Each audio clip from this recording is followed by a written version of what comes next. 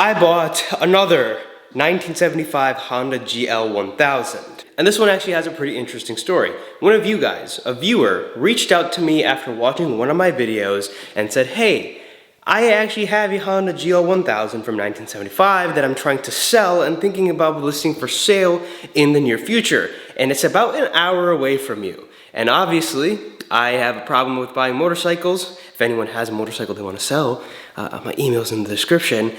And I decided, you know what? Send me some pictures. Now, long story short, I ended up buying the bike about a week ago now, and it's sitting on my trailer outside my house right now. I had to go and bring this bike to storage because I didn't have my truck at the time. Long story, but it's finally home, and let's unload it.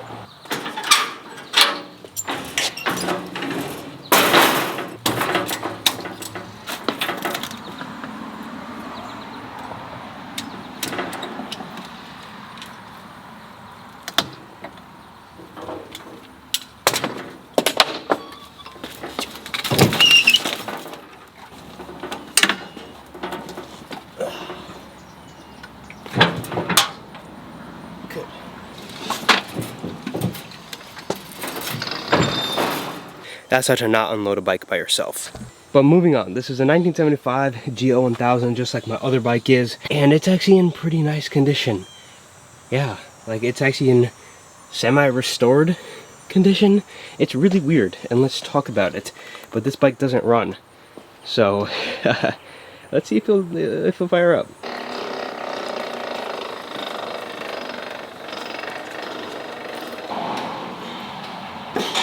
So this is a true 1975, the very first year of the Goldwing right here. This is the bike that people are starting to collect. It's starting to be the bike that people are wanting really, really bad.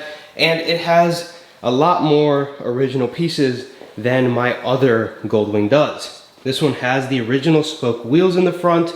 This one has the original painted, I guess, radiator guards. My other bike has it, but they're sitting in a box. This bike also has the original engine head, I guess you would say, or the valve cover. This is not the original paint. I mean, it's supposed to be a polished aluminum, and this is supposed to be blue here, but this is the original piece that my bike doesn't have either.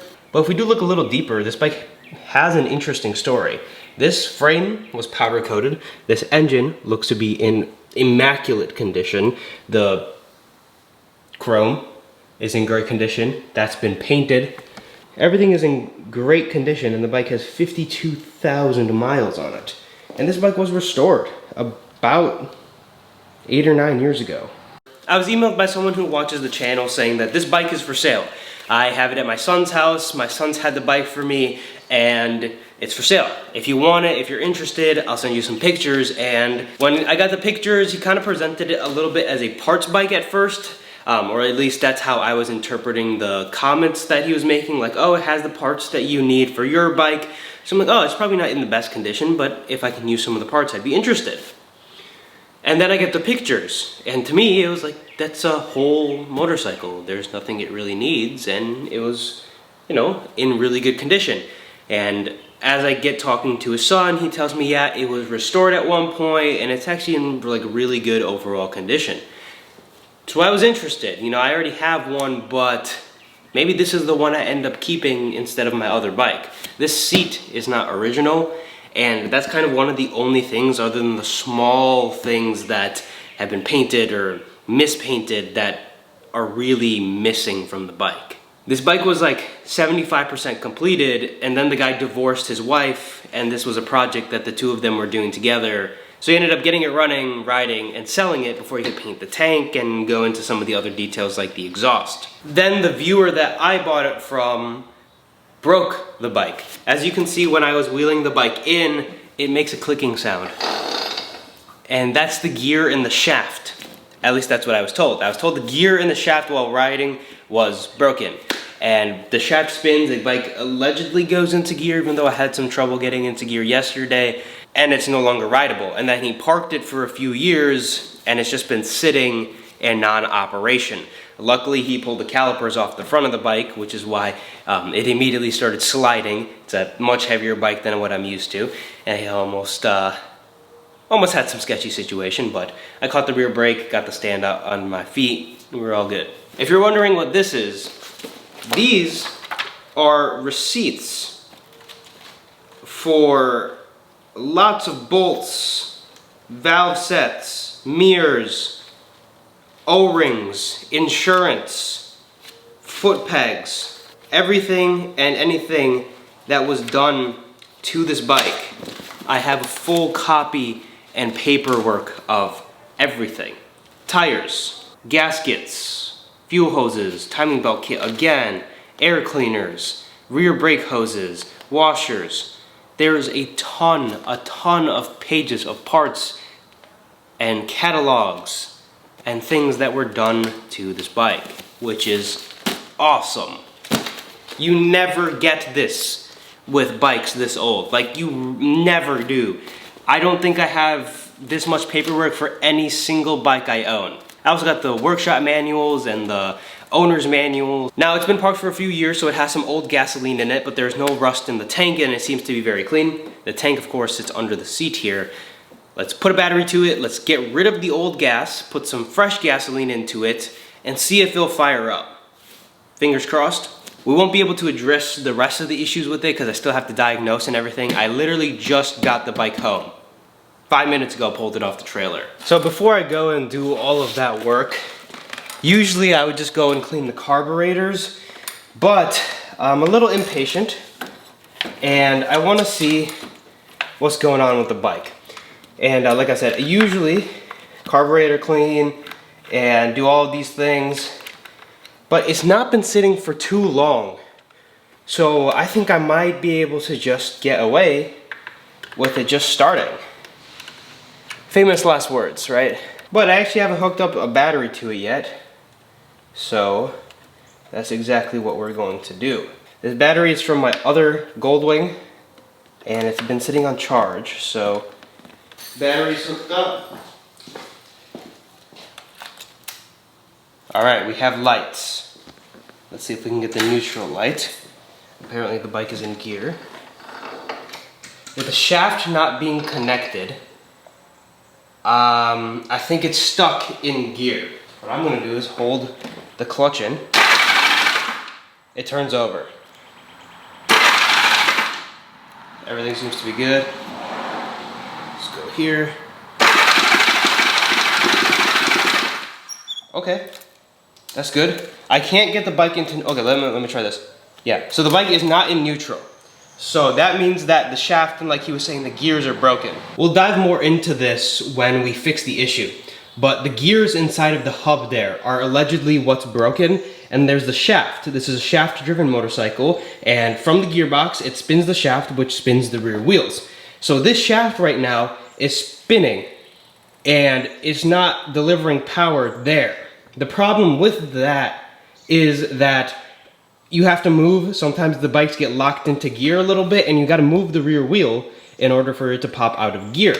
And since the shaft isn't spinning, nothing is spinning, so I'd have to manually spin the shaft by hand in order to get the bike back into neutral. Which isn't a problem, because it's not locked because of, well, obviously, the wheel is just freely spinning, because the gears are broken.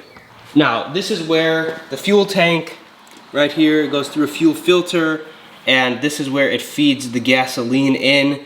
And I believe there's a diaphragm in here which pushes the fuel back up into the carburetors. I'm going to disconnect it from here, turn the fuel on, drain it out, put some fresh fuel into it, and we'll let it rip and see what happens. Hopefully the bike starts up.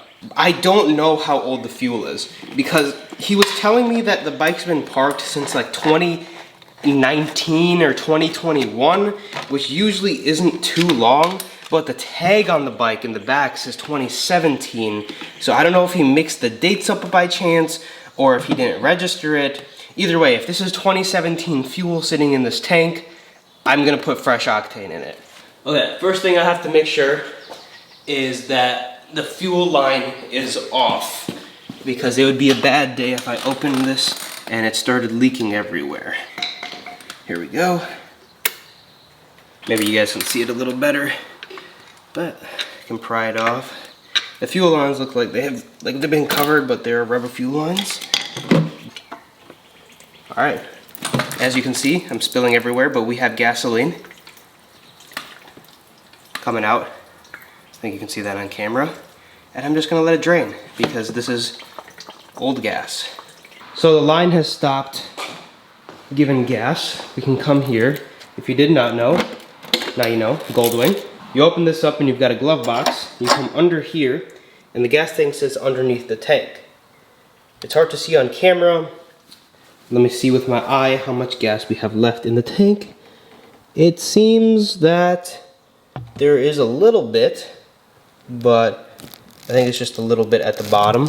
You can't see on camera, it's nearly impossible. Gas tank lives right here.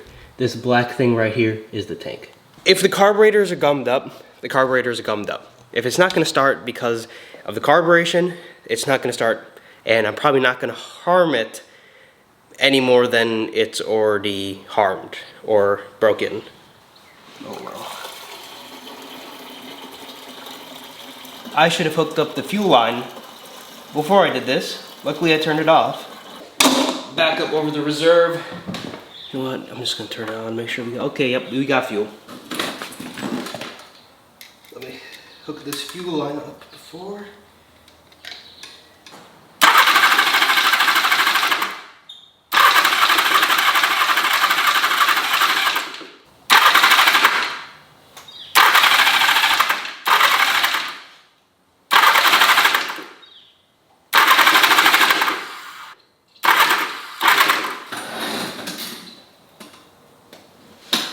Something at the engine, in the engine doesn't sound right to me. Everything is fine. I think carburation could be fine, probably a little gunked up. But if the carburation was a little messed up, we would have still heard the bike try to fire. I think the timing belt job wasn't done fine, or something along that extent.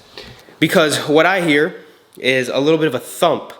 It doesn't quite sound right. I added a little bit of oil to the engine. It seems to have oil, so I did check that. But I don't want to do any damage without digging a little bit more. This bike is on a modern ignition system, and maybe I'm not pressing the right something. The bike did go back into neutral, which is weird. Maybe the ignition system isn't hooked up. I don't know. I do think that the motor is fine. I think the bike will fire, but there's just something I'm missing, or something that needs to be fixed, or something that wasn't put back correctly. Perhaps we're not getting spark, which could be another issue. I'd need to open the spark plugs, and it's just a little more. All the spark plugs are zip tied together, and they have resistors on them and stuff like that. So perhaps that could be the issue. I was hoping a little bit of fuel, a little bit of oil, a little bit of battery juice, but it wasn't the case. This is, however, the newest addition to the garage, and I was hoping that I could fire it up. More digging to come on this bike. I do really want to get this bike and the other bike running and actually use both of the bikes on a little mini road trip. I think that'd be a whole lot of fun. There's just a little bit of maintenance that we need to do before that, and hopefully within the next 2 weeks here, this bike will be getting dissected, and I'll have a little bit of an update as to what happened with the bike and why it's not firing up. For the price I got it for, I'm not really too mad that it didn't fire up right away. If anyone has any idea, something I could have been missing, let me know in the comment section down below. Maybe I'm missing the most obvious thing in the world. Yeah, I'm not sure. There's got to be something. I think it's spark related. It's one of the simple things, most likely, because the bike and the motor is turning over, and it was making that weird little thumping noise, which actually wasn't coming from the motor. I'm thinking it was coming from the timing belt. So perhaps those are slipping, and those aren't spinning anything. I don't know, I guess it could be a whole host of things, and it'd be a fun video once we get into it. I do apologize that there wasn't any videos last week. If you're watching this the day it goes live, this is the same day I am recording the video because, well, I've been sick for a week, and there was supposed to be an entire collection, showing you guys my whole collection video last week Friday, but unfortunately that did get postponed because, yeah, I've been awfully sick for about the last 15-20 days now, on and off, so we're fingers crossed over that, and we get back to working on some of these machines. I'm gonna put this one away. If you guys did enjoy the video, leave me a like, subscribe to the channel if you're interested in seeing more with this motorcycle here. As always, I will see you guys in the next video. Thanks for watching.